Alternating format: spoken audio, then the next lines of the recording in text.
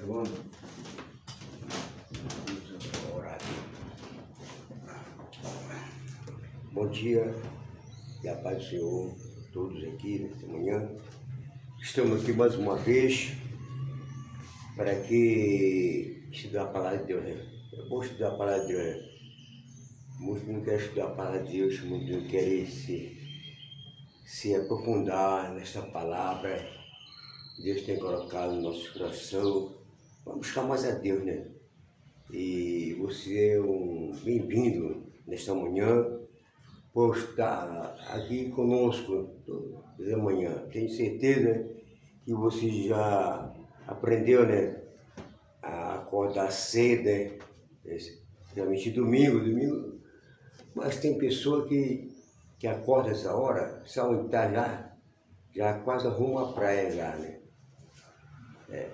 Outros serviços, mas tem interessante, a excursão de domingo com sua vez assim, eu já estou arrumando a praia, mas você escolheu um tempo melhor para você, esse tempo de ouvir a palavra de Deus, para você colocar no coração a palavra de Deus, para nós mais aprofundar a palavra no nosso coração, buscar mais a Deus, porque somente Deus é a salvação na nossa vida.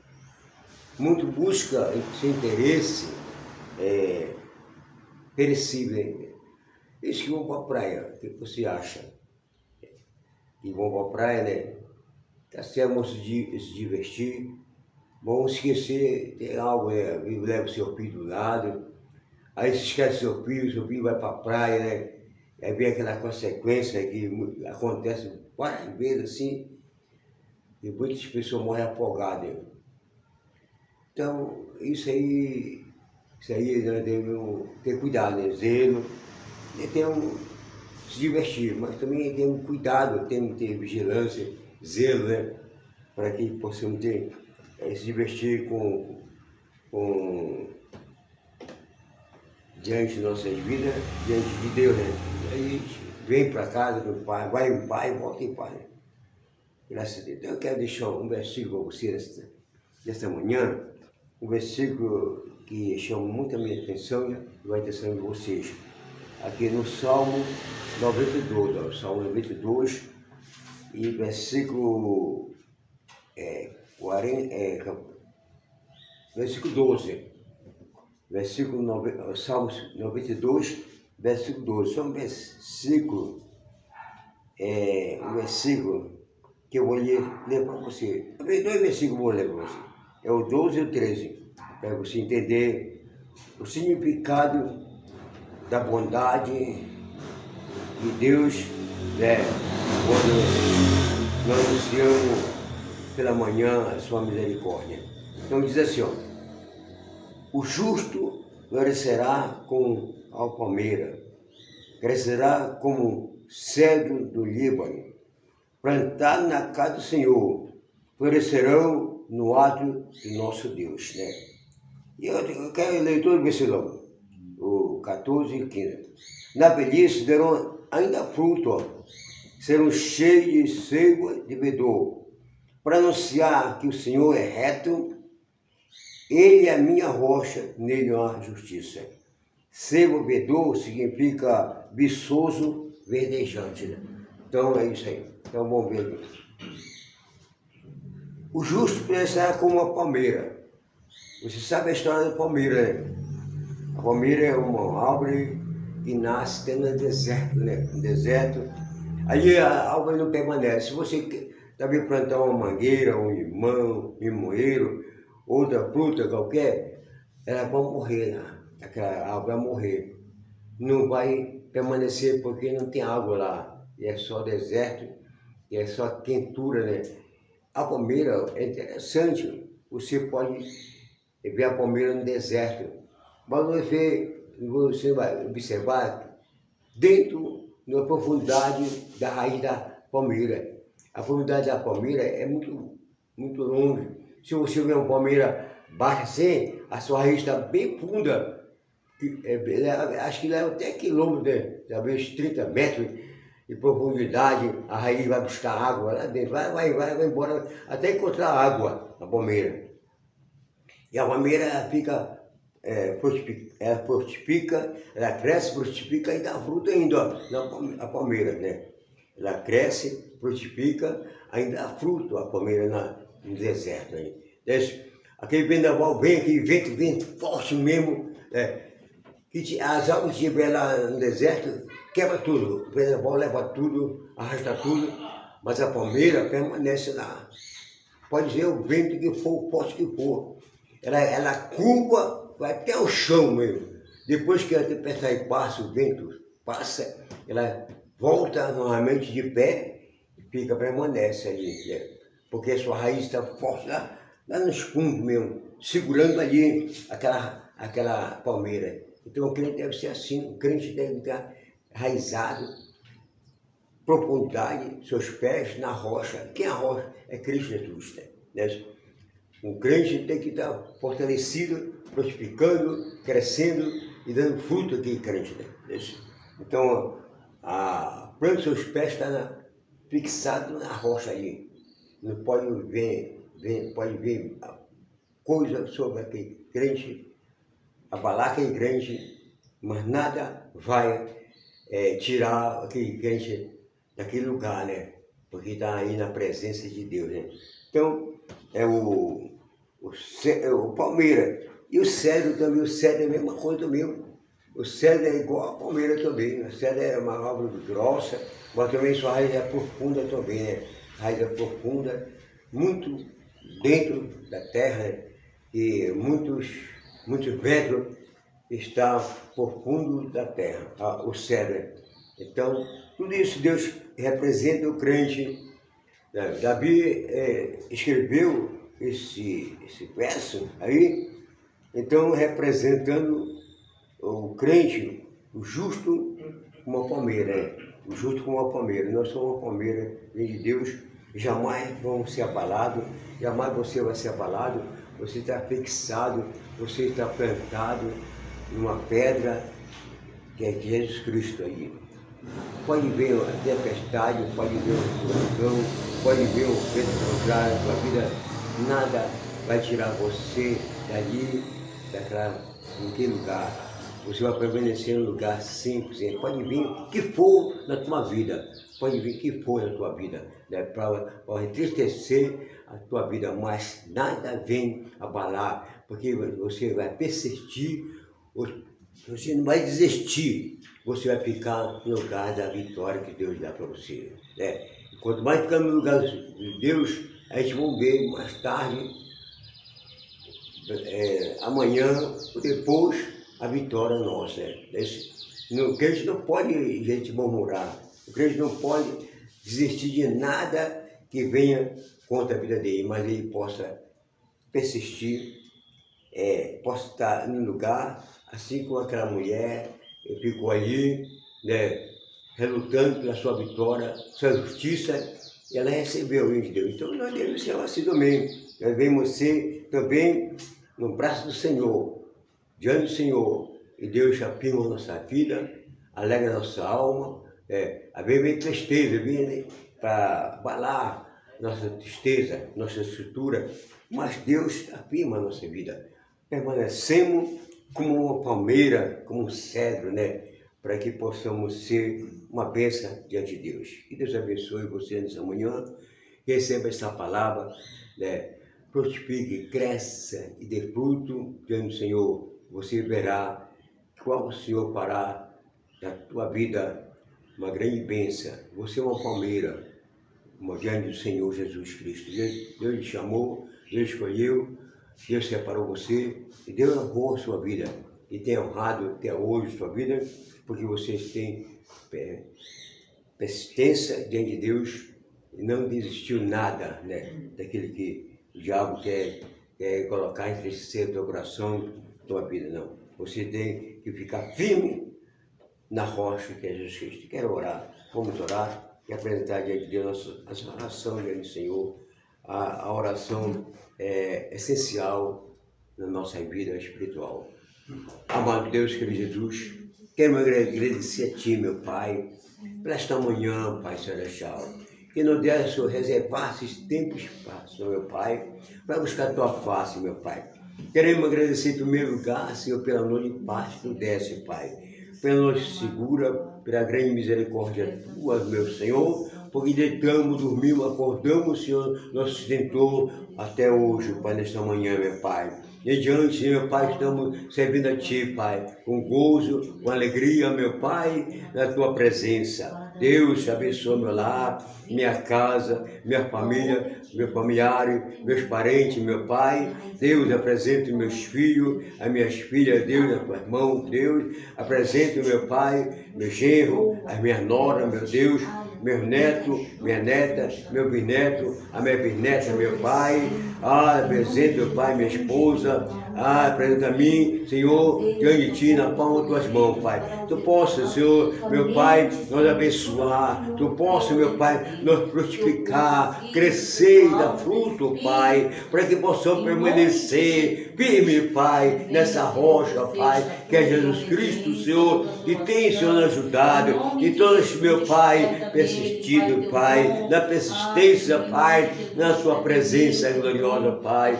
Deus, muito obrigado nesta manhã, meu Pai, por estarmos aqui, Senhor, para ouvir a Tua palavra, Senhor Deus, para estudar a Tua palavra, para praticar a Tua palavra, para colocar a Tua palavra no nosso coração, para não pecar contra Ti, Senhor. Assim como Davi diz, guardei a Tua palavra, Senhor da glória, no meu coração. Assim, Senhor, essa palavra seja guardada em nosso coração, Pai, ardentemente, como chama viva, Pai, para que possamos, Pai, mais e mais, por ter fortalecido, Pai, assim como o apóstolo Paulo, posso todas as coisas naquele que me fortalece, mas em todas as coisas sou mais do que vencedor, por ter médio de Jesus que nos salvou. É por isso que nesta manhã estamos alegres, estamos felizes, porque estamos colocando a nossa vida diante da Tua presença. Por isso, venha nos abençoar nesta manhã, Pai. Senhor, abençoa o professor Júnior, que vai, Senhor, ministrar a Tua palavra, Senhor, a nós, aos ouvintes de Deus. Senhor, glória, estão na internet, nessa transmissão, Pai, seja abençoado grandemente e poderosamente, Senhor, que eles possam, Pai, ser uma palmeira, Pai, que frutifique, que cresça e dê fruto, Pai, e permaneça, Pai, firme, inabalável, Senhor, nesta pedra que é Jesus Cristo, e seus passos sejam firmados pela Tua face, glorioso Pai. Por isso, quero agradecer, quero pedir as bênçãos sobre nossa vida, em Cristo Jesus, que vive, reina eternamente para sempre. Amém, amém. Que Deus abençoe a sua vida essa manhã. Vamos ver aí aqui um estudo da palavra de Deus nessa manhã. Que Deus abençoe. Amém.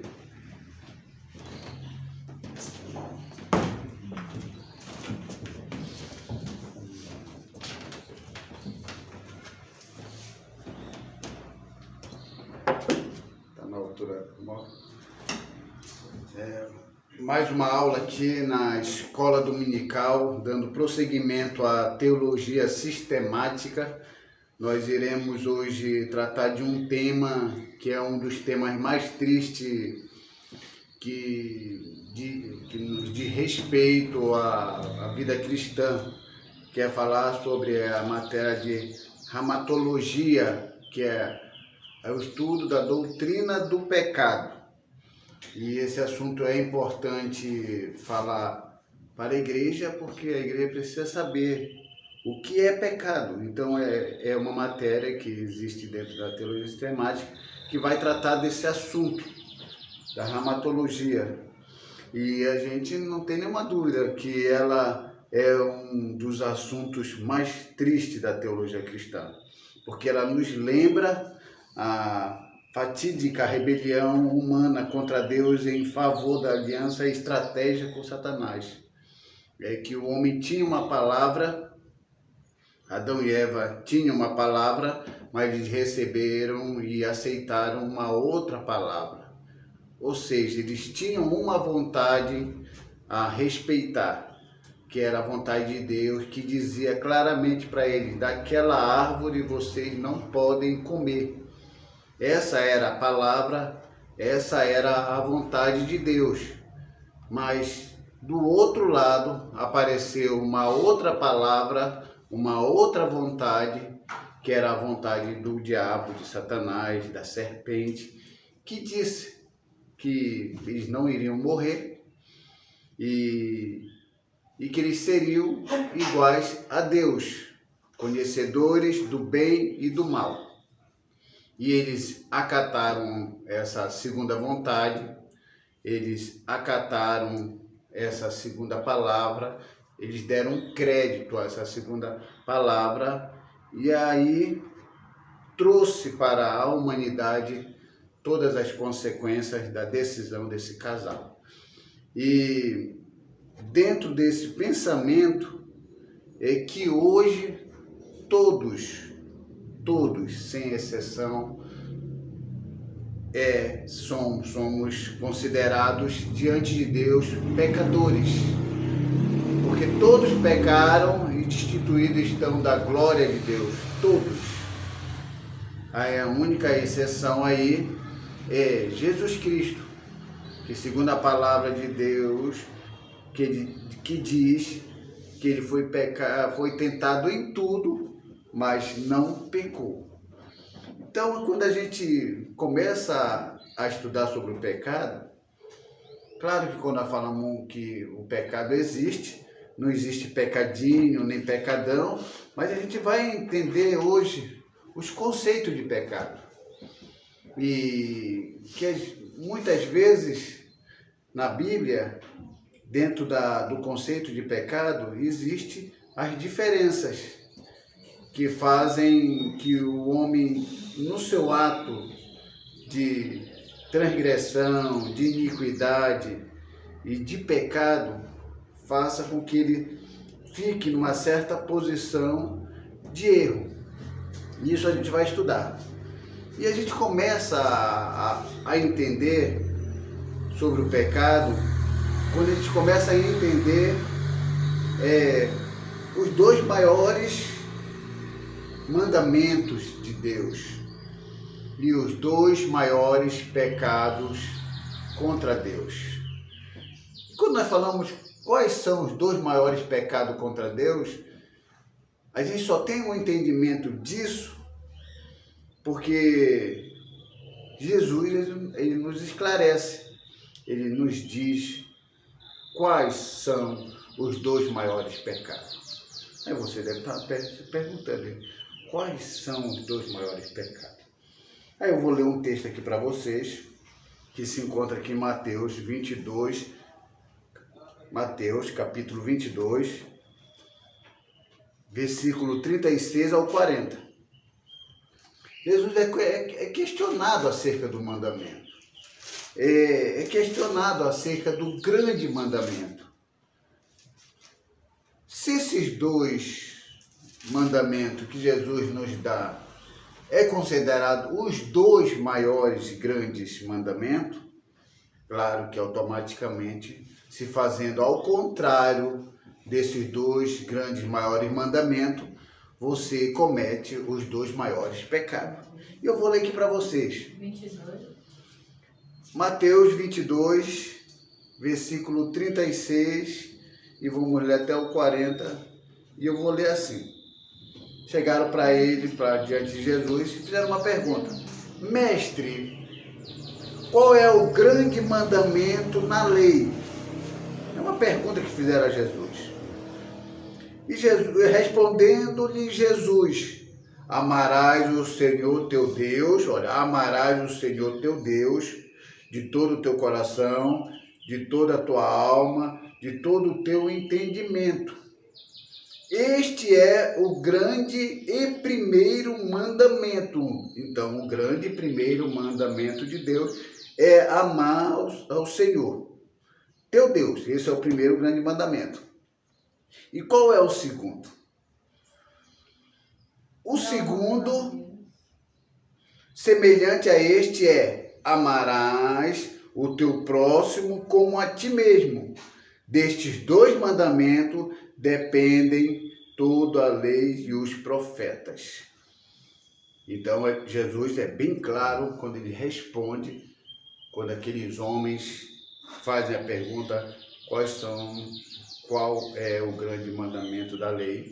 E Jesus diz o primeiro, olha, o primeiro é amar Deus sobre todas as coisas. E o segundo, amar o próximo como a ti mesmo. Esses são os dois grandes, maiores mandamentos. Não fazendo isso, não seguindo esse mandamento dito por Jesus, você entra na categoria, você entra como praticante dos dois grandes maiores pecados. Os dois grandes maiores pecados é você não amar Deus sobre todas as coisas e não ajudar o próximo como a ti mesmo. Quando você não faz isso, você comete os dois grandes maiores pecados. E aí a gente precisa de uma confirmação para isso. De que forma esses mandamentos eles vão se confirmando dentro da Bíblia? Você que está me ouvindo, com certeza você deve ser um estudante da palavra do Senhor, e a gente vai estudando a Bíblia, porque ela vai se explicando por ela mesma. Bíblia explica Bíblia. As Escrituras explica as Escrituras. Quando isso acontece, automaticamente a ideia e o pensamento humano meio que fica deixado de lado, e a Bíblia é o que traz a orientação para nós, que nós chamamos disso de métodos indutivos, não é dedutivos. E aí, para a gente ter a confirmação dessas duas categorias de pecado, a gente vai ler Romanos, capítulo 1, versículo 18. Que aí o apóstolo Paulo ele vai tratar de uma maneira diferente, mas trazendo duas palavras que vai se encaixar perfeitamente no que Jesus falou. Amar Deus sobre todas as coisas e o próximo como a ti mesmo. O apóstolo Paulo vai tratar desses dois grandes maiores pecados na sua carta aos Romanos, capítulo 1, versículo 18. Olha o que ele vai dizer lá, o apóstolo Paulo, que você só consegue perceber isso através dos estudos que você faz, através do que você vai observando e do que a Bíblia tem a dizer. E aí confirmando a ideia dos dois maiores pecados em Romanos 1,18. Olha o que nós vamos ler agora.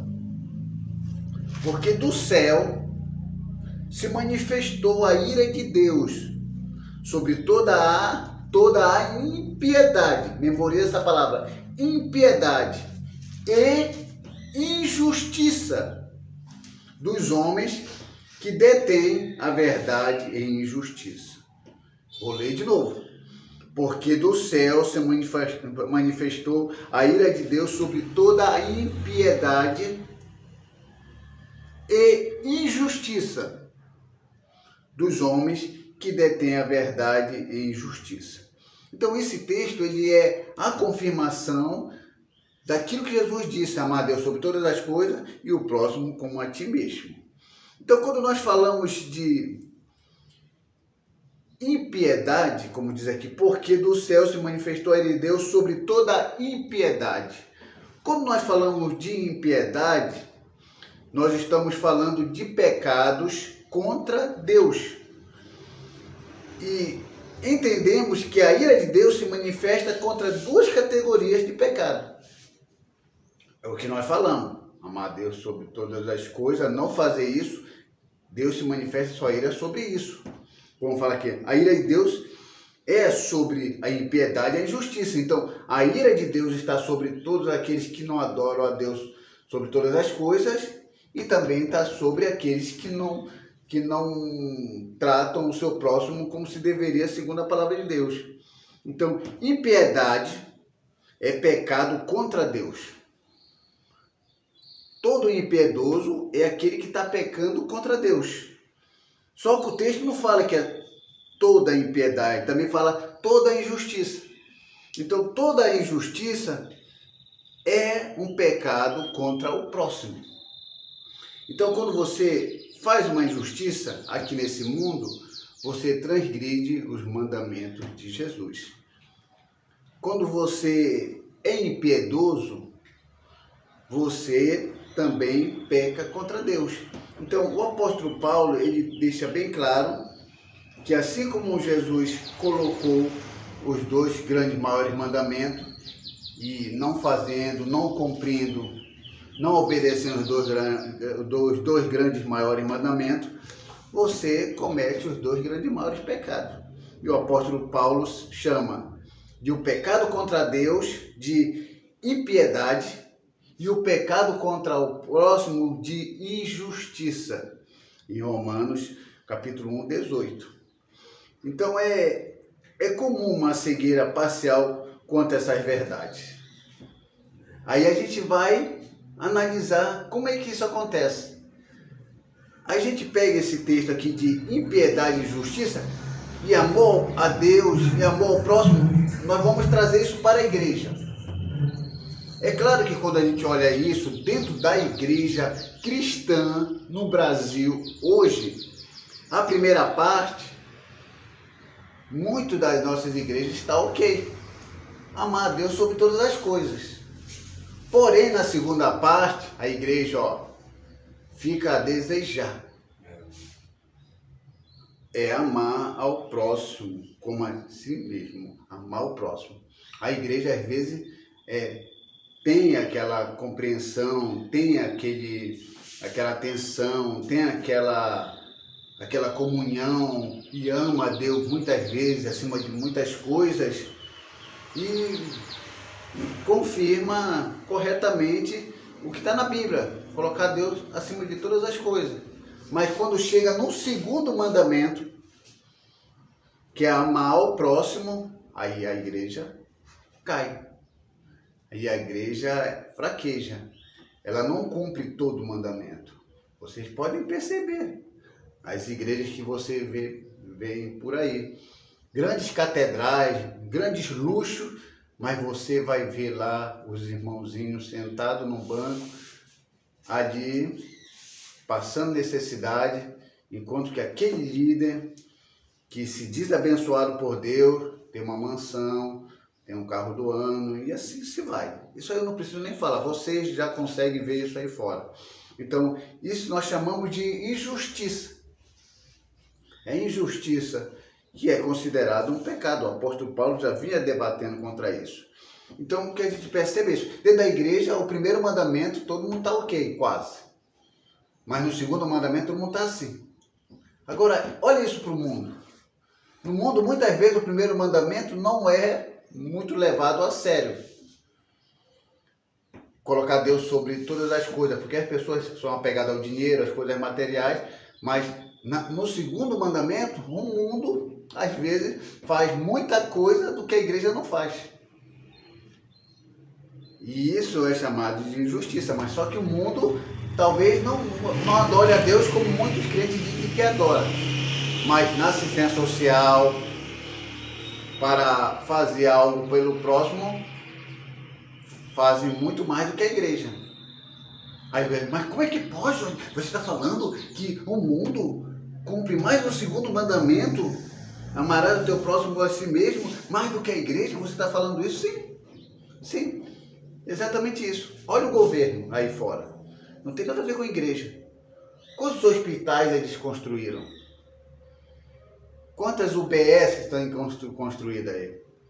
Quantas escolas para educar, ou reeducar, ou sei lá, aí fora, pelo menos estão fazendo.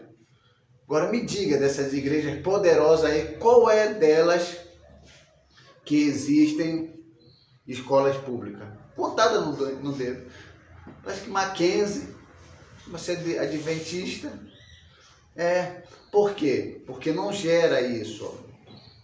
Não gera. Porque a igreja só pede e só entra e eles não investem. Eles não precisam investir. Quando eles investem é para entrar. Por exemplo, vamos fazer esse templo maior para caber mais gente. E isso entra automaticamente mais dinheiro. Então a Bíblia fala que isso é um pecado, irmão. Isso é um pecado. Amar a Deus sobre todas as coisas, o próximo com a si mesmo. Amamos muito a Deus, mas deixamos o próximo de lado. O mundo deixa Deus de lado, mas faz muitas coisas pelo próximo que nós não fazemos. Escolas, hospitais e tudo. Então, é contado as igrejas evangélicas que têm escola própria para os seus membros, hospitais para os seus membros. Né? E assim mesmo a Adventista tendo as suas escolas, é muito caro lá a mensalidade em relação ao do governo. Mackenzie também, para você entrar lá, é meio que um milagre. Então, automaticamente, ainda que tenham feito, mas não é uma coisa que está disponível para todas as pessoas de baixa renda. Então, automaticamente, eu posso dizer que a igreja do século XXI está muito abaixo do que Jesus manda fazer. Está muito abaixo do que o apóstolo Paulo mandou fazer. E isso é pecado. A gente só olha pecado, aquele irmãozinho que adulterou, aquele irmãozinho que fumou, aquele irmãozinho que bebeu bebida alcoólica. A gente olha isso, mas essas coisinhas que são principais, que afetam realmente o geral, as pessoas deixam de lado. Então, partindo já desse ponto aí, você já ficou bem claro para você em relação ao grande pecado, 2 grandes maiores pecados, pelo menos um grande maior pecado nós cometemos como igreja, não igreja organismo, vou deixar claro, igreja como constituição. Por que igreja constituição? As igrejas que têm as suas placas. Igreja organismo não, a igreja organismo ela é perfeita. A igreja invisível ela é perfeita. O próprio Jesus falou que as portas do inferno não prevalecem contra a igreja organismo. Mas a igreja instituição, realmente ela tem essas falhas gravíssimas, porque infelizmente, não sei se vocês vão concordar comigo, o Deus Mamon tem a sua força e tem o seu espaço. E ele pega firme. E ele meio que tem essa troca com essas igrejas. Porque se ele não estiver presente, aí a primeira coisa que a igreja vai pensar, ela vai fechar, não sei o que, precisa desse Deus não. Ok. A entrada e a permanência do pecado no mundo. Nós sabemos que a entrada do pecado no mundo foi através, pelo menos é isso que nós entendemos. Se a gente quiser trazer um pecado para antes de Adão e Eva, a gente pode realmente começar com a rebelião daquele anjo que se destacava, Lúcifer, que Lúcifer no latim você não vai encontrar essa expressão na Bíblia. Pode começar por aí, mas como a gente está querendo trazer de Adão e Eva, então a gente entende que embora o pecado esteja no mundo, mas o pecado não é eterno. Isso nós devemos deixar bem claro. O pecado não é eterno e o pecado também não é permanente. Porque o pecado, ele entrou na terra, entrou na humanidade através do que Adão e Eva, fizeram. Olha o que diz aqui em Romanos capítulo 5, versículo 12. Romanos capítulo 5, versículo 12. Portanto, assim como por um só homem entrou o pecado no mundo, e pelo pecado a morte, assim também a morte passou a todos os homens, porque todos pecaram. É interessante. Vocês perceberam aqui que diz que, portanto, assim como por um só homem, por um só homem entrou o pecado no mundo. Esse homem é quem? Adão. Mas por que não fala aqui? Portanto, assim, por um só homem e uma só mulher entrou o pecado no mundo. Por que não colocou Eva também aqui? Eva não pecou juntamente com Adão? E por que fala só de Adão? E aí, Lênin? Porque fala só do homem por um só homem. E por que não fala Adão e Eva? Então, quando fala homem, repete de mulher. a Bíblia fala sobre o homem, refere à mulher. Sim, se refere à mulher. Ela está falando mulher já. No sentido da língua portuguesa, se refere à mulher. A mulher. Né? Aí aqui tem mais um sentido teológico. Quando a gente fala assim, todos os homens aqui, a gente está incluindo, porque homem é uma palavra neutra e está incluindo a mulher. Só que quando a gente traz para a Bíblia, a gente tenta explicar por que o sentido de homem. Porque só Adão na frente. E aí fica bem claro que o fato de Eva não estar debaixo, estar debaixo da tutela de Adão, porque Adão era responsável por Eva, incrível que pareça. Parece ser o motivo pelo qual a Escritura atribui a responsabilidade do pecado a ele. Aí tem uma outra razão. Pode ser o fato de que ela foi enganada pelo diabo, enquanto Adão pecou de forma meio que consciente. Como diz aqui em 1 Timóteo, capítulo 2, versículo 14, que diz assim: Adão foi iludido, mas a mulher, sendo enganada, caiu em transgressão. E que eles fazem meio que uma diferença. Então, a mulher estava sob a tutela de Adão, então ele deveria, era meio que protegê-la. Ele deveria ser responsável por ela. Porque ser responsável por algo é responder por algo. Digamos, se eu estou na frente de um carro, eu sou responsável por aquele carro. Eu sou responsável por aquele grupo, por aquela equipe. O que acontecer naquela equipe? Vai ser culpa da equipe ou de quem está na frente? Para quem está na frente. Então, se eu sou responsável, eu respondo por todos. Digamos, eu sou o pastor presidente aqui dessa igreja, como meu pai é. O que acontecer aí no meio não é responsabilidade de ninguém. É responsabilidade de quem está na frente. Porque ele responde pela igreja. Quando ele organizou todo o documento, vier uma fiscalização aqui, ninguém vai falar nada, ele que vai conversar e tudo, porque ele responde pela posição que ele está. Então, Adão, ele era responsável por Eva, então ele respondia por Eva. Deus não ia chegar para Eva, não, tinha que falar com Adão, e Adão tinha que segurar. Porque quando ela chegou, né, propondo para ele, como Deus já tinha falado para ele, falou, não, mas Deus já falou para nós, deixa não fazer isso. Sim, sim. Ele teria cortado, mas ele aceitou, e ao aceitar ele também fez, né? Ele aceitou e fez. Então é por isso que a Bíblia dá esse destaque mais para Adão. Não é porque a Bíblia há uma tendência machista, que porque não falou mulher, só falou homem machista. Não, não é machista. É porque a mulher estava na responsabilidade de Adão. Ela estava tanto na responsabilidade de Adão que depois do pecado, quem deu o nome para ela foi ele. Como sendo mãe de todos os seres humanos. Então, existia essa questão aí. Mas isso não é o fim. Com todos esse erro, com todo esse pecado, como disse, o pecado não é eterno, não é permanente. Como diz aqui em João 1,29, o Cordeiro de Deus que tira o pecado do mundo. Então, vai ter um fim para isso. E também João aqui fala uma coisa bem interessante e atribui o pecado ao diabo. Aqui em 1 João, capítulo 3, 8.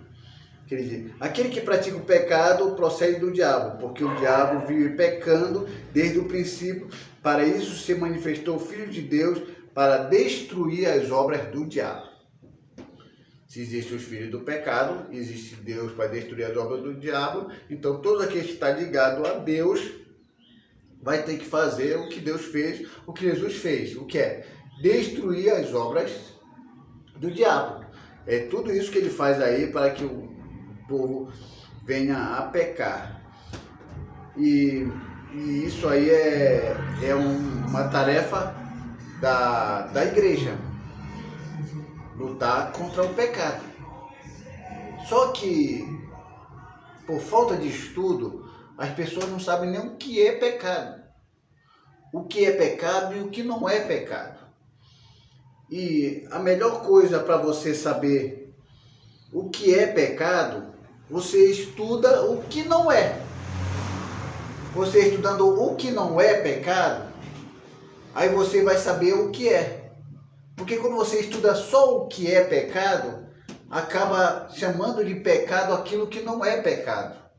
E as igrejas tradicionais estão cheias disso. Porque eles só ficam fascinados, eles ficam enlouquecidos para saber o que é pecado. Isso aqui é pecado, isso aqui é pecado, isso é pecado, pecado. E vai fazendo uma categoria, vai fazendo um catálogo do que pode e aquilo e que não pode. Então, quando eles ficam querendo saber só que é pecado, esquece do que não é pecado. Aí fica condenando um bocado de coisas que a gente sabe que não é pecado e eles falam que é pecado. Então, o que não é pecado? Uma coisa bem simples aqui, para depois de nos desenrolar das aulas, talvez eu fale alguma coisa sobre uso e costume, mas isso é outra coisa. Segundo a Bíblia, o pecado não é oriundo do corpo físico do ser humano. O pecado não está oriundo a nós, não está ligado a nós. Olha aqui assim, Deus, não o diabo, fez os nossos corpos. Infelizmente, desde os tempos de Agostinho, que era um grande estudioso da Idade Média, em parte da igreja tem entendido que o nosso corpo é essencialmente mau. Tal ideia é especialmente evidente entre evangélicos pela vigorosa repreensão da sexualidade. Então eles começaram a olhar o corpo como sendo pecado. E tudo que procedesse do corpo era pecado. Então começou a surgir muitas ideias de que alguém deveria fazer algo contra o corpo, para que o corpo então pudesse ficar abaixo e pudesse se enfraquecer, para que a alma e o espírito pudesse prevalecer. Em outras palavras, tem muitos evangélicos que acreditam que o corpo é o que escraviza a alma e o espírito. Eles acreditam que se eu deixar o corpo bem fraco, a alma e o espírito se fortalece e o corpo meio que abre as suas celas e liberta a alma e o espírito. É como se o corpo fosse a prisão da alma e o espírito, e eu preciso flagelar esse corpo, eu preciso maltratar esse corpo, eu preciso fazer tudo de mal para esse corpo, como se a origem do meu corpo, a criação do meu corpo tivesse sido feita pelo diabo. Tem muito gente que acha que o diabo que fez o corpo, quem fez esse corpo que foi Deus. Só que esse corpo se corrompeu. Mas isso não significa que esse corpo é mau, como as pessoas querem entender. Por que não é mau? Existe aqui pelo menos duas provas de que esse corpo não é mau, como as pessoas querem colocar. Porque essa tendência de flagelar o corpo, de torturar o corpo, isso é um costume pagão. Porque só os pagãos acreditavam que o corpo era a prisão da alma. Então, tenho dois motivos aqui para mostrar a vocês que o corpo não é o que todo mundo está dizendo aí. Olha aqui, diz aqui, em Romanos 12:1, mas aqui, ó. Somos convocados a apresentar nossos corpos como sacrifício vivo, santo, agradável a Deus. Isso aí você vai encontrar lá em Romanos 12:1. Que nosso corpo é um sacrifício agradável a Deus. Então, o corpo não é como todo mundo está dizendo. Segunda prova, o nosso corpo é o templo do Espírito Santo. 1 Coríntios, capítulo 6, versículo 19. Se meu corpo é o templo do Espírito Santo, por que eu quero massacrar o corpo? Quero torturar o corpo. É meio contraditório. Vou ficar ali de joelho e o piso tem que ser daquele bem rústico. Piso muito lisinho, isso não é coisa para crente não. E outra coisa, não coloca nenhuma proteção no joelho. Porque o crente verdadeiro tem que ser chamado crente de joelhos de camelo. Aqueles calos feios no joelho, onde a pessoa vai começar a exibir aquilo como um grau de santidade e de espiritualidade muito elevado. Eu não sei se até hoje ainda fazem, né? Que faziam um tipo de chicote. Ah, sim. E ficavam se chicoteando. Sim, para flagelar o corpo. Quando tinha algum pensamento, alguma Sim. coisa, para tirar aquilo. E acredito que era o corpo. Até hoje eu vi na igreja católica. Tem. Pensavam, tinha pensamento, né? Pensamento de namoro, alguma coisa assim. Quando tinha um pensamento desse, eu vi no filme, não sei se flagelava o próprio corpo. Sangrava. Então o corpo não é pecado. Deus criou o corpo. E juntamente com a sexualidade. Tem até pessoas aí que na hora do seu ato de envolvimento entre marido e mulher, tem muitos que criam regras de maneiras como vão fazer as coisas. Mas por que isso acontece? Por falta da leitura, por falta do entendimento da Bíblia. Quem não lê a Bíblia, qualquer explicação sobre a Bíblia serve. Quem não estuda a Bíblia, tudo que ouve de um líder, pega aquilo como verdade e entende aquilo como santidade e vai para frente. E o delírio é tão grande que quando eles veem aquele líder falando com convicção, porque tem líder que não lê a Bíblia, não estuda a Bíblia, mas fala com convicção. Isso é pecado, segundo a Bíblia, mas não tem nada na Bíblia. E ele não mostra onde está. Mas ele fala com tanta convicção que aquele que não estuda sente uma certa firmeza na palavra, como os políticos, quando vai enganar o povo. Eu vou fazer isso, eu vou fazer aquilo. Eles falam com tanta convicção que a pessoa dá o voto a ele. Ele ganha e não faz. Então tem pastores assim. E falam com convicção que o povo que ouve ali, esse cidadão é de Deus. Ele está falando que é de Deus. E aí temos outros ainda que enchem a barriga de feijão à noite, come aquela comida bem pesada à noite, começa a sonhar um monte de besteira e começa a trazer isso como revelação para a igreja. Porque Deus me levou lá no tal lugar e eu vi cabelos, eu vi unhas, eu vi não sei o quê. E aquelas coisas. Não tem nada na Bíblia. Aí aquelas pessoas pegam aquilo como doutrinas bíblicas, colocam na sua vida, vive uma vida oprimida e quer oprimir os outros. Mas quem estuda quem estuda a palavra do Senhor nunca vai ficar oprimido, porque a palavra de Deus ela nos orienta e nos diz o que é pecado e o que não é pecado. Então quem não estuda a palavra do Senhor vai cair na mão dessas pessoas que não leem, que são fanáticas, são doentes, que precisam de ajudas psicológicas. E a maioria delas tem vida deprimida. E muitas vezes eles não mostram em cima do púlpito, mas quando eles estão sozinhos, aí você vai ver o que é uma pessoa triste, uma pessoa deprimida, querendo atingir um grau de perfeição que nunca vão atingir. E isso eles ficam se cobrando e aí o psicólogo está aí para fazer o seu trabalho. O psiquiatra está aí para fazer o seu trabalho e ceder os remédios necessários para acalmar essa mente doentia, criando situações que a Bíblia não diz. Então o povo de Deus está precisando de psicólogo, de psiquiatras, porque está um monte de gente maluca aí, porque não lê a Bíblia. A Bíblia é sadia. Quem lê a Bíblia, quem estuda a Bíblia, não fica louco.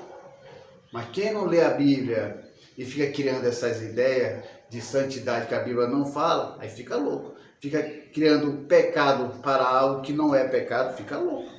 Aí sim, esse corpo vai ficar fraco, fraquejado mentalmente, aí fica doido.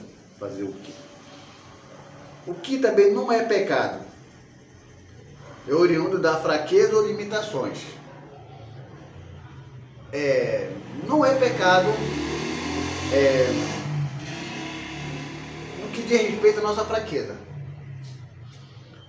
Todos nós temos as nossas fraquezas, pode ser no ato de falar, no ato de pensar, no ato de agir. Todos nós temos fraquezas, mas não significa necessariamente que a gente não é forte o suficiente para dizer não ao pecado. Sim, essa debilidade, porque se eu chegar para Deus e dizer, Deus, eu não consigo sair, não consigo não pecar.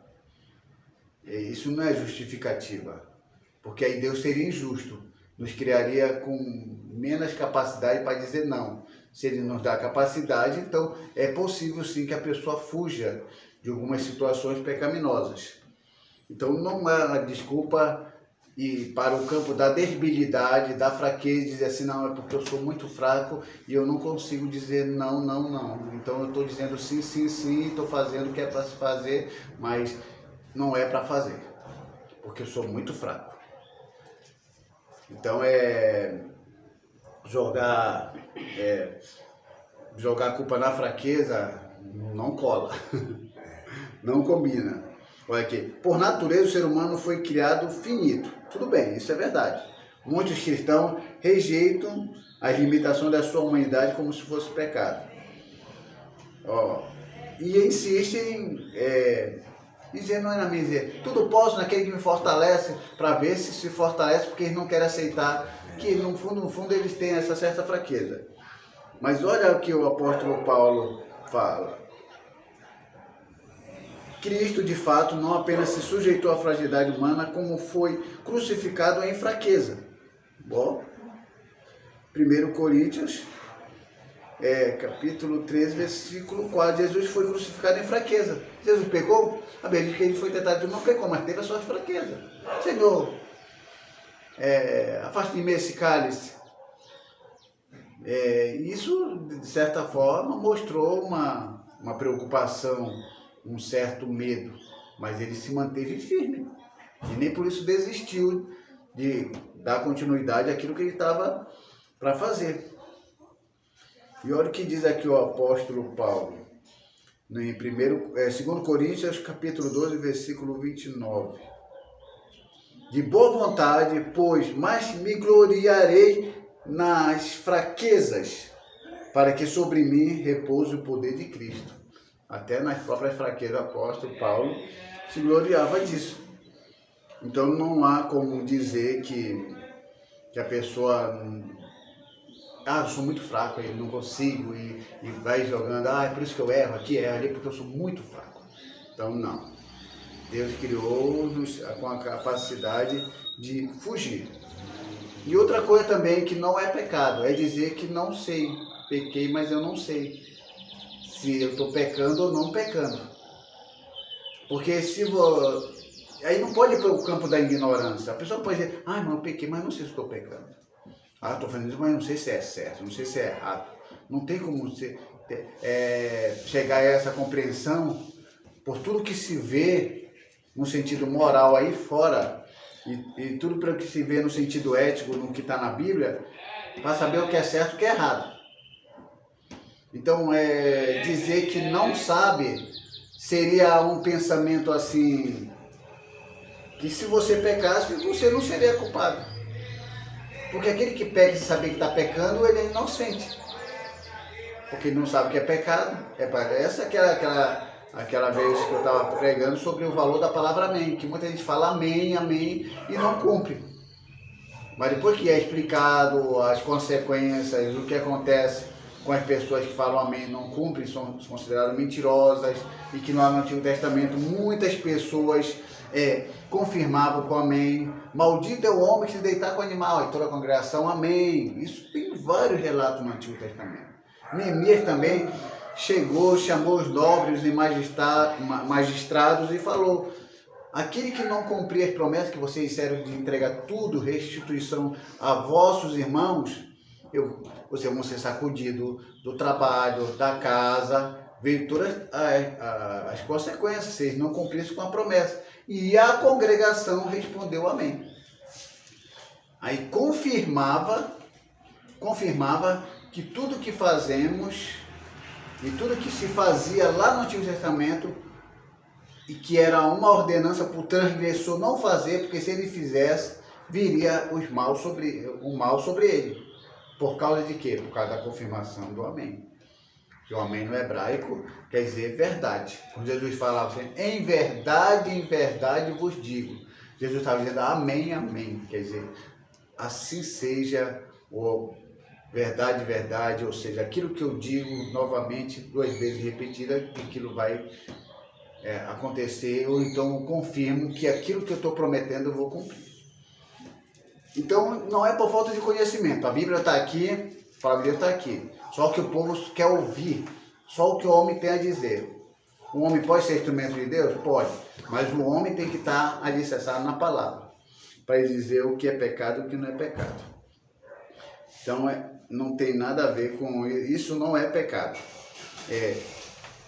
Torturar o corpo, botar a culpa no corpo, botar a culpa na fraqueza, botar a culpa na ignorância, que não está sabendo o que está fazendo. Não, a Bíblia está aqui, as aulas estão acontecendo, tem um monte de gente ensinando, explicando no YouTube, no Facebook, em qualquer lugar aí. Ninguém mais é tão inocente como quer ser diante dos seus erros. Aí agora a gente vê o que não é pecado, porque tem muitas outras coisas que não é pecado. Agora a gente vai ver o que é realmente pecado. O pecado, na verdade, é um ato de rebelião contra Deus, caracterizado por qual situação? Toda rebelião contra Deus é pecado. Lutar contra os planos de Deus é pecado. Então, esse pecado pode ser caracterizado por voluntariedade, ou seja, eu sou voluntário. Eu quero pecar contra Deus, eu sou voluntário, eu vou fazer isso mesmo. E isso está dentro de o quê? De uma escolha. Ser voluntário é fazer uma escolha. Eu vou pecar contra Deus? Sim ou não? É uma escolha que eu tenho que fazer. É voluntariedade. Você quer pecar contra Deus? Sim ou não? Sim. Então peca. Não, não peca. Então, isso é pecado. Porque é uma coisa que você confirma e afirma que você está fazendo. Você é voluntário mesmo, você vai e faz. E aqui, dentro dessa voluntariedade, é que coloca para nós o poder do livre-arbítrio. Você escolhe. Só que tem gente aí fora que diz que não existe isso, que o livre-arbítrio é uma ilusão. Olha aqui. Não há dúvida de que Adão pecou por livre e espontânea vontade. Será que tal certeza não é verdadeira para os homens depois da queda? Não. Obstante a evidência sobre a depravação total, aparentemente o homem ainda tem condições de resistir à tentação.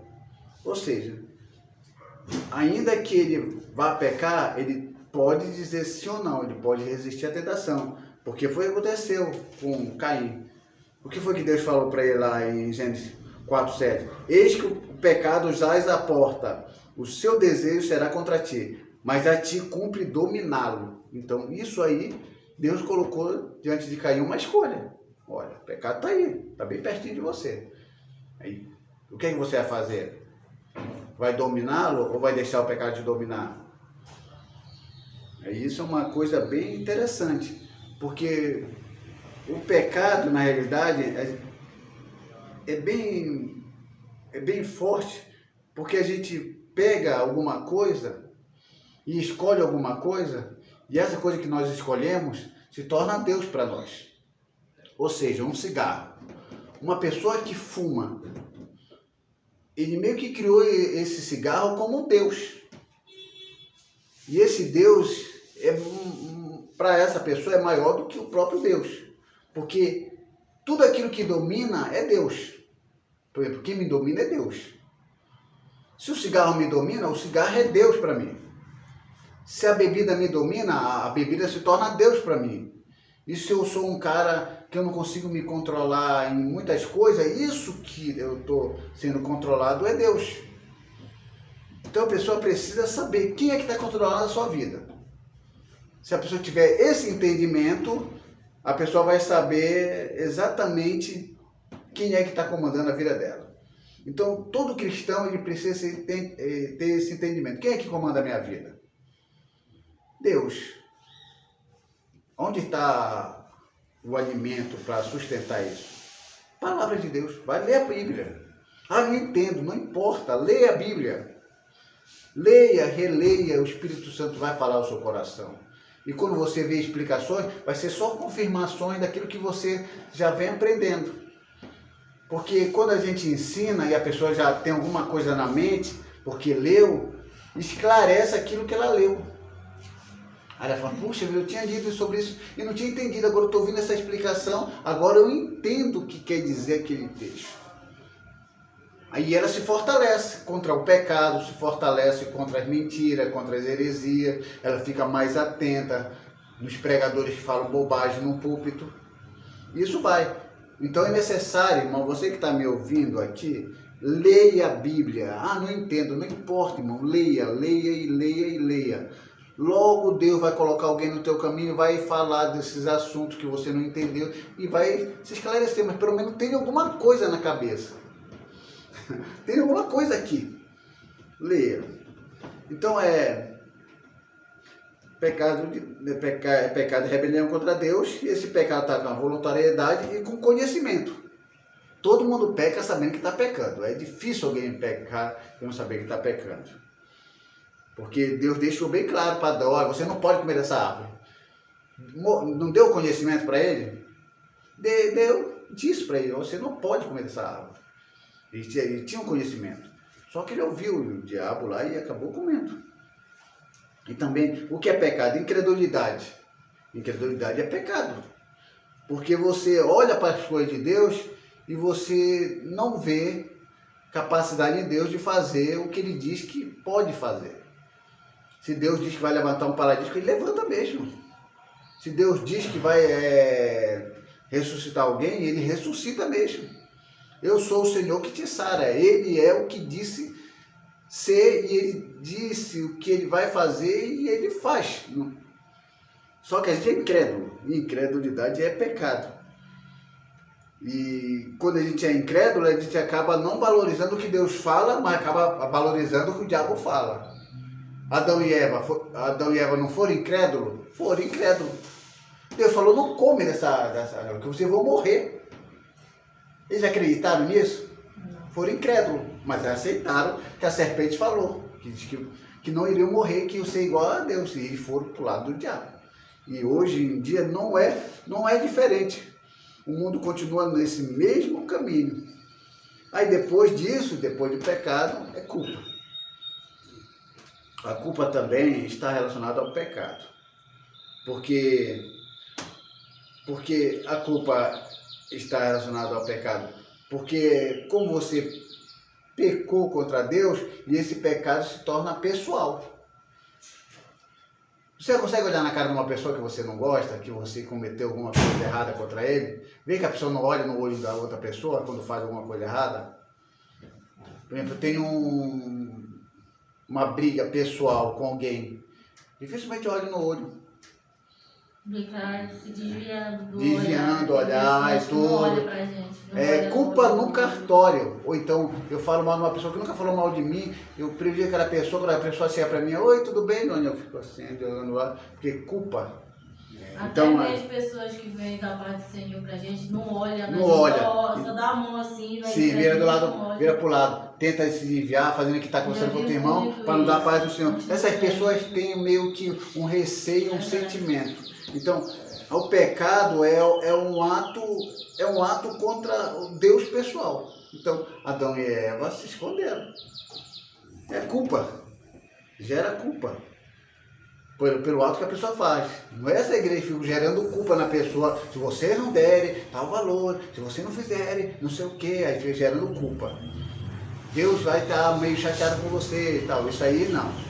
Estou falando de um ato que a pessoa faz e a pessoa vê, poxa, não é isso que Deus quer de mim.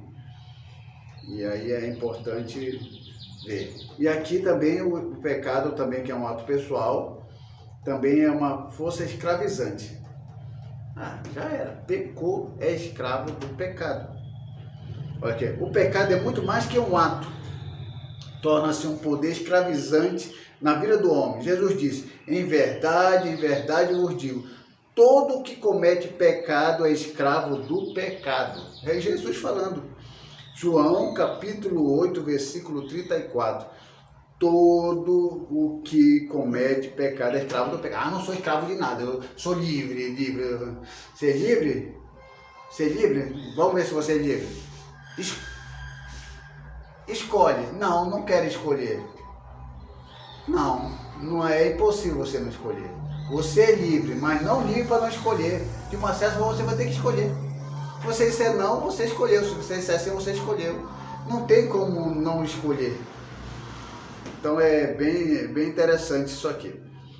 Então os pecados é um estado de depravação, né? Porque às vezes é uma rebelião contra Deus, é escravizante, e a pessoa se afasta totalmente de Deus, fica naquele estado caído e só vai ser trago de volta através de Jesus Cristo.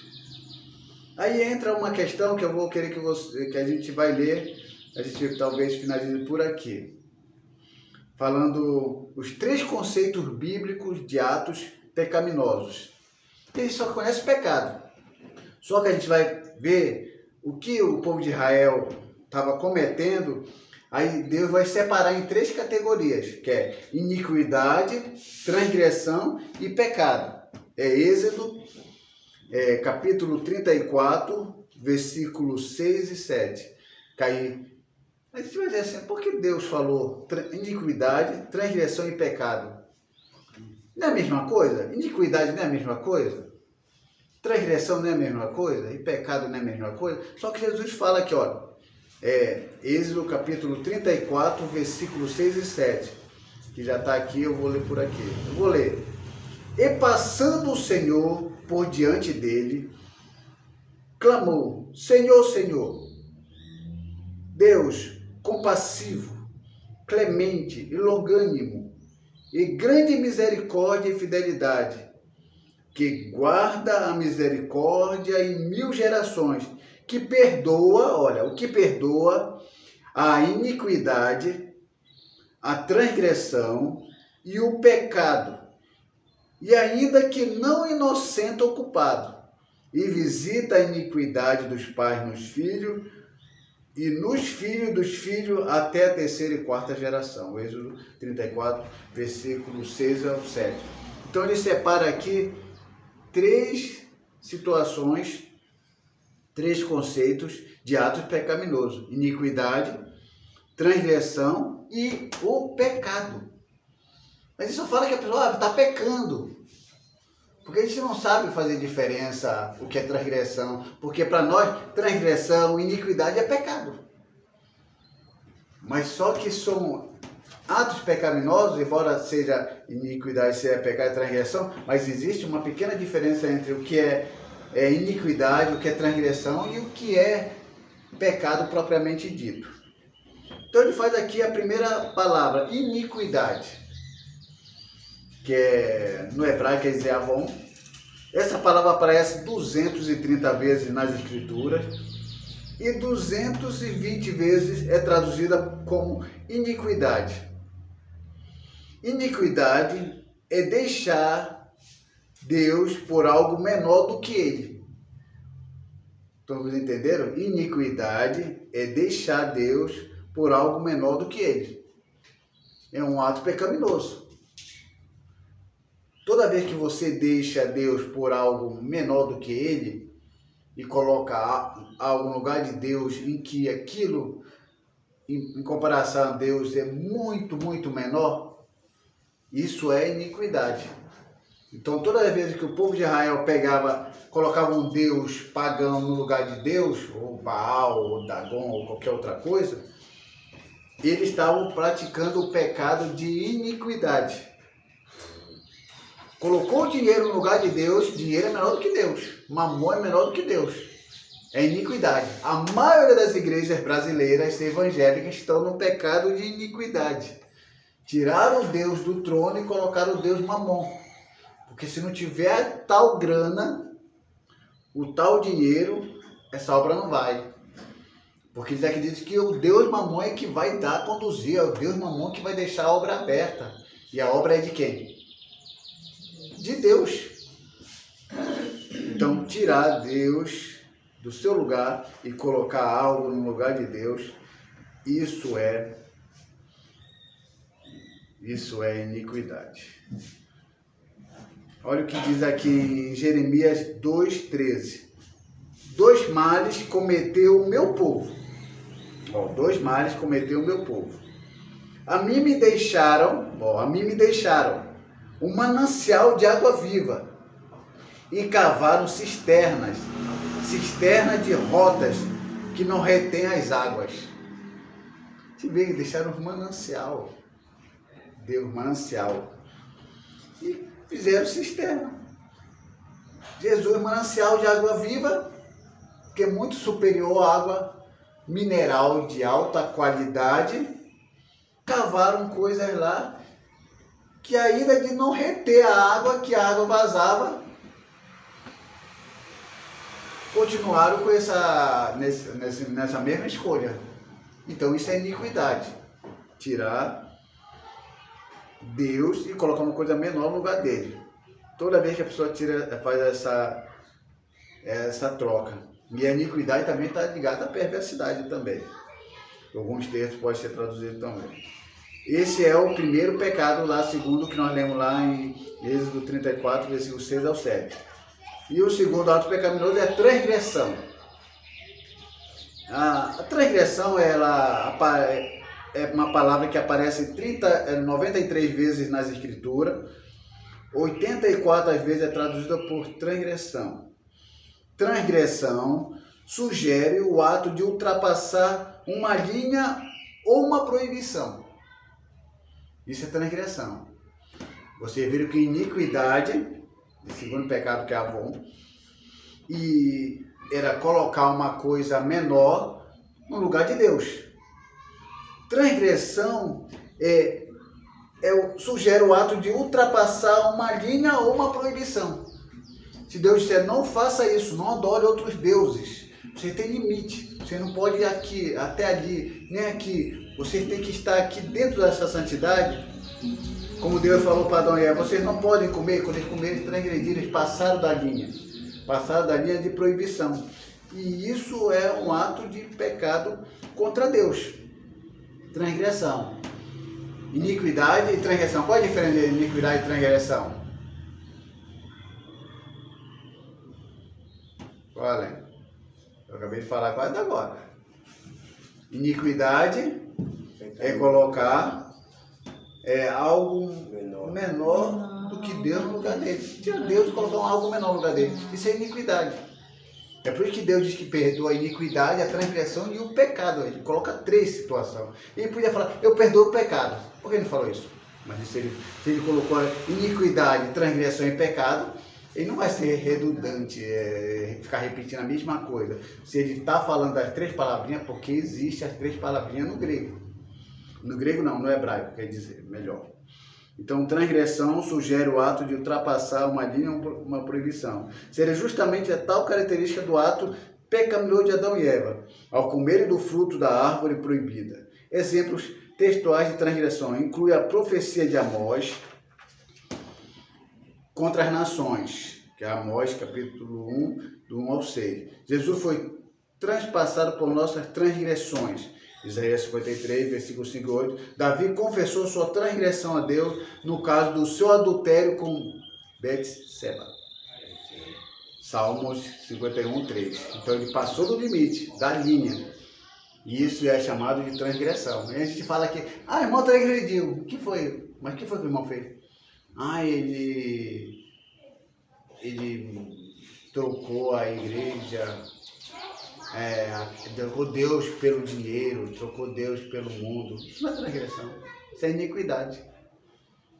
Agora, irmão pecou contra Deus. O que foi que ele fez? Adulterou. Aí sim, ele passou da linha, ele passou de algo que a obra do Senhor proibia. Então, isso é uma outra tendência, esse é um outro pensamento. Aí vem o outro que nós conhecemos como pecado, que é o último, pecado. Essa palavra aparece 296 vezes nas Escrituras, na maioria das vezes, 288, é traduzido como pecado ou oferta pelo pecado. E vê que existe diferença.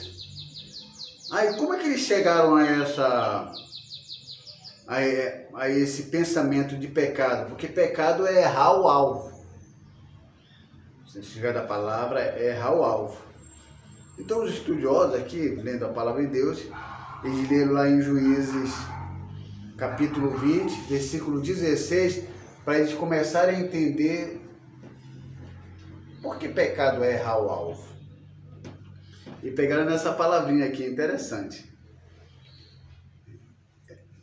Juízes, capítulo 20, versículo 16. Vou ler aqui. Entre todo este povo havia 700 homens escolhidos, canhotos, os quais atiravam com a funda uma pedra no cabelo e não erravam. Homens habilidosos, acertavam no cabelo, e essa expressão aqui, não erravam, tem um significado. Consequentemente, entendemos que essa palavra tem a ver com a falha e o atingir o alvo de Deus. Então, assim como eles erravam, então, errar o alvo significou como pecado. É por isso que botaram essa palavra no hebraico lá como ratá. Ratá quer dizer pecado, errar o alvo. Então, a frase não erravam significa não pecavam. Não pecavam. Então, acertavam no alvo, que era com um fio de cabelos, como não pecavam. Quando eles erravam o alvo, era como pecado. Então, pegaram essa questão. Tem outro exemplo aqui que eles falam textual que inclui em 2 Crônicas, capítulo 7, 14. Se o meu povo, que se chama pelo meu nome, se humilhar e orar e me buscar e se converter dos seus maus caminhos, então eu ouvirei do céu, perdoarei os seus pecados e sarei a sua terra. Então, pecado, errar o alvo, estava relacionado a esses cidadãos lá que lançavam a funda, que não erravam um fio de cabelo. Se eles não erravam um fio de cabelo, então eles não pecavam. Eles não erravam o alvo. Não erravam o alvo. Por isso que pecado incerto, assim, porque é bem incerto. Assim, os teólogos fazem um estudo que pecado significa errar o alvo. Errar o alvo. Pecar é errar o alvo. Aí vem as consequências do pecado, para finalizar. As consequências do pecado é o que nós podemos ver nos nossos dias. E as consequências do pecado, segundo aqui um estudioso fez uma planilha bem interessante, a consequência do pecado em relação a Deus, Deus Pai, em relação ao Deus Filho e a relação ao Espírito Santo. Todas essas são as consequências do pecado. Em relação ao Pai, que é Deus, desgosto de ver a criação arruinada. Olha a consequência do pecado. Afetou até Deus. Gênesis, capítulo 6, capítulo 5 ao 7. Em relação ao Filho, a consequência do pecado, olha o que aconteceu. Encarnado, que precisou descer, né? Se o homem tivesse pecado, não precisava ir descer. Encarnado, sujeito à fraqueza humana, entregue à morte por nós, pecadores. Isaías 53, versículo 6 ao 10. Teve que descer, passar por toda essa experiência humana, morrer, sofrer, ser humilhado. Olha a consequência do pecado que trouxe para o Filho. Para o Espírito Santo, a consequência do pecado. Convivência sofredora na igreja. Eita, o Espírito Santo sofre.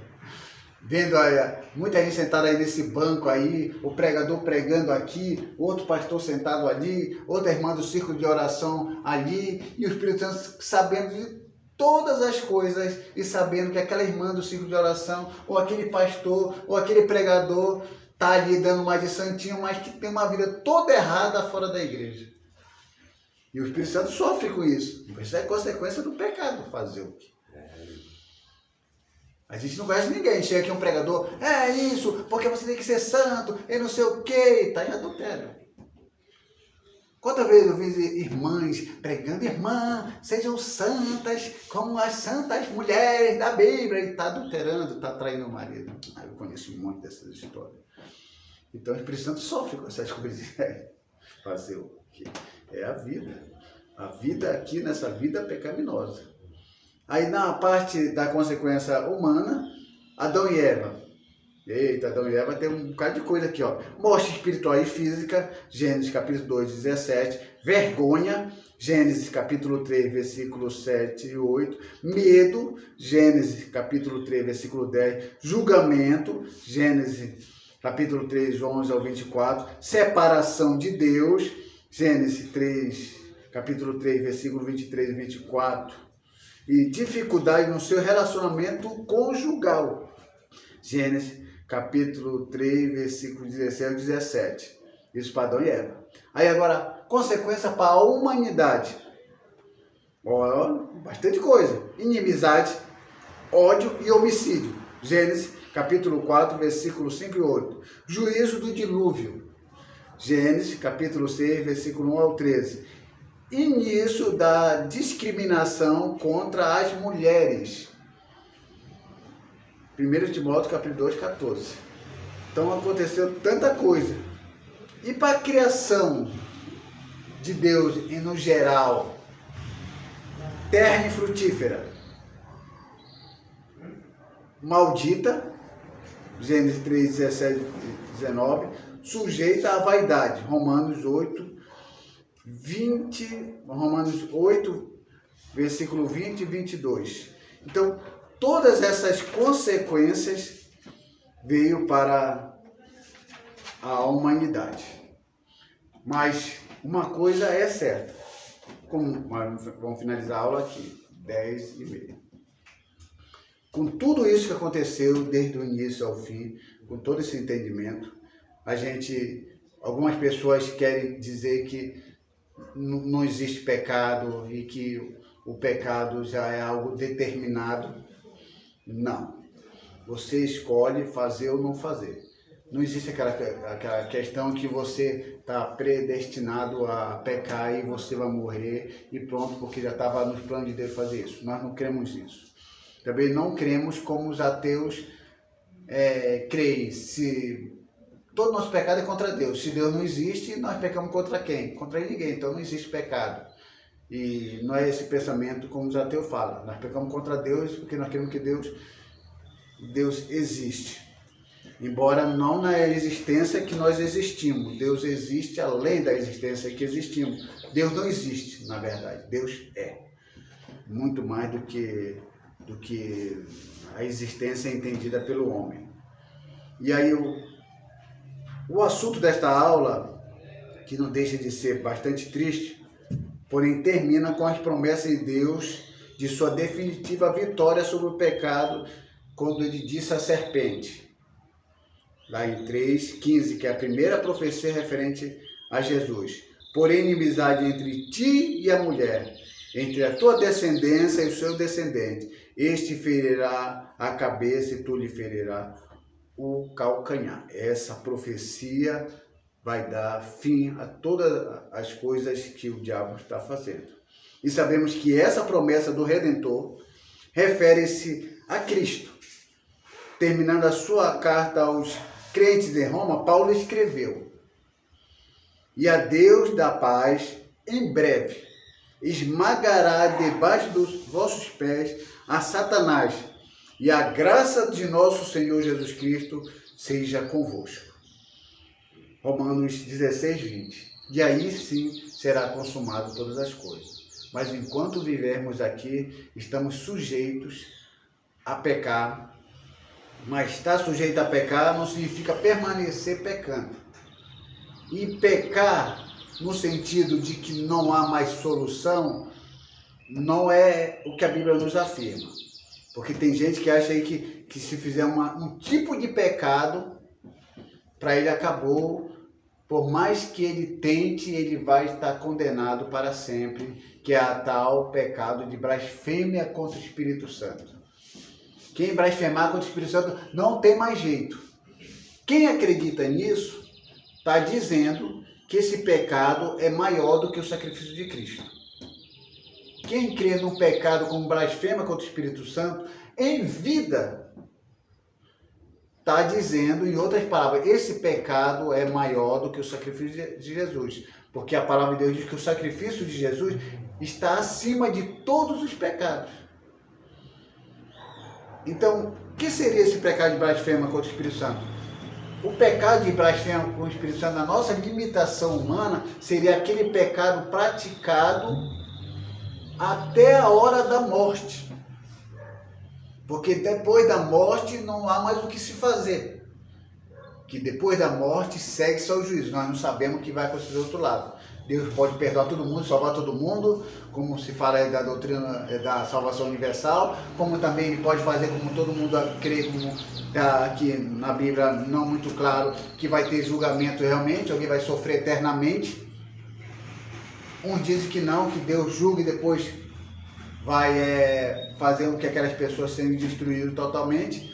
Nós não sabemos. Sabemos que enquanto nós estivermos aqui na Terra, tudo é perdoável por Deus.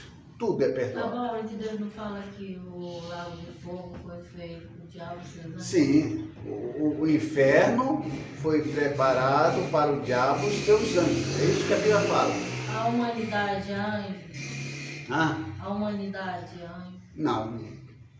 Nós, homens caídos ou homens restaurados. E a palavra de Deus não fala,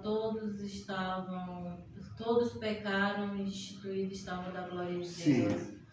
Mas a graça redentora do Salvador.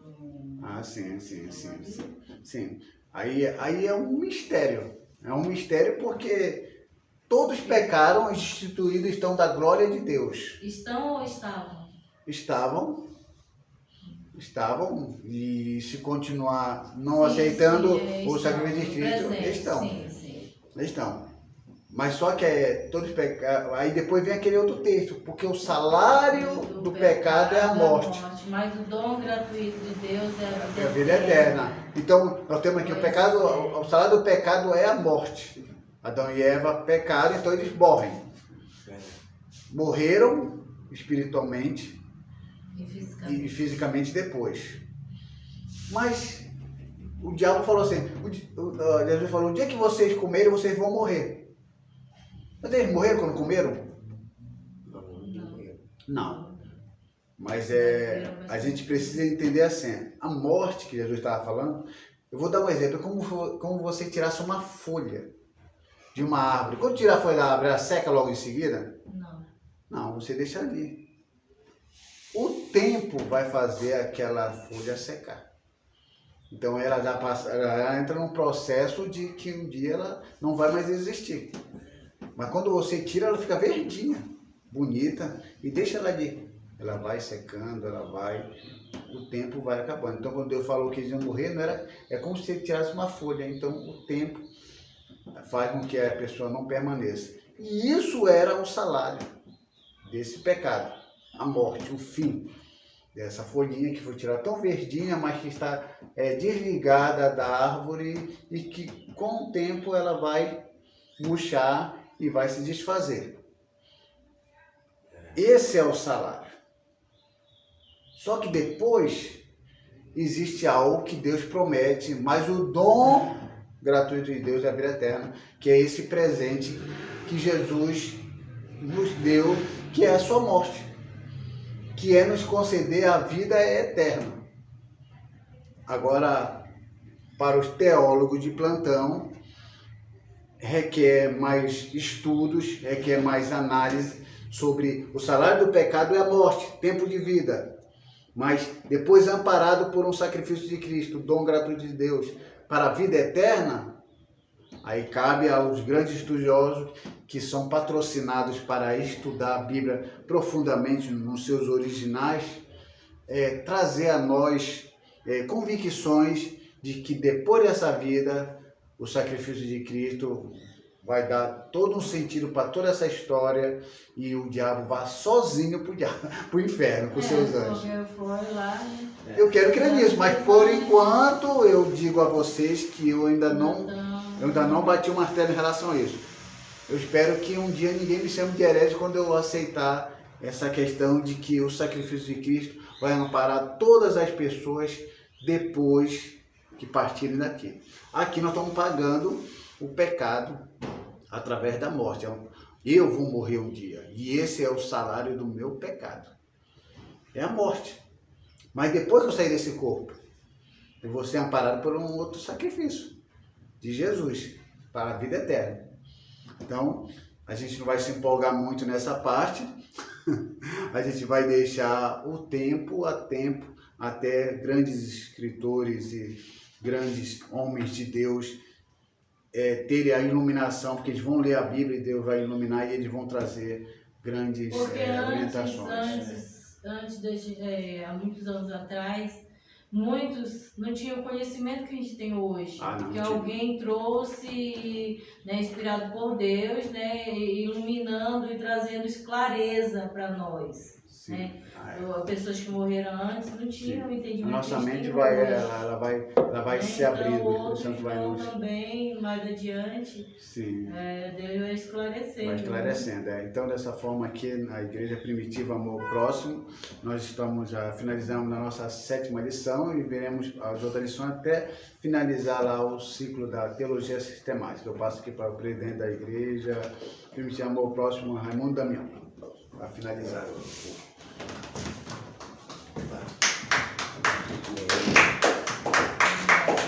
Graças a Deus. Realizamos mais um estudo domingo na Igreja Primitiva, né? Hoje nós temos a ceia do Senhor, né? Comemorar a ceia do Senhor.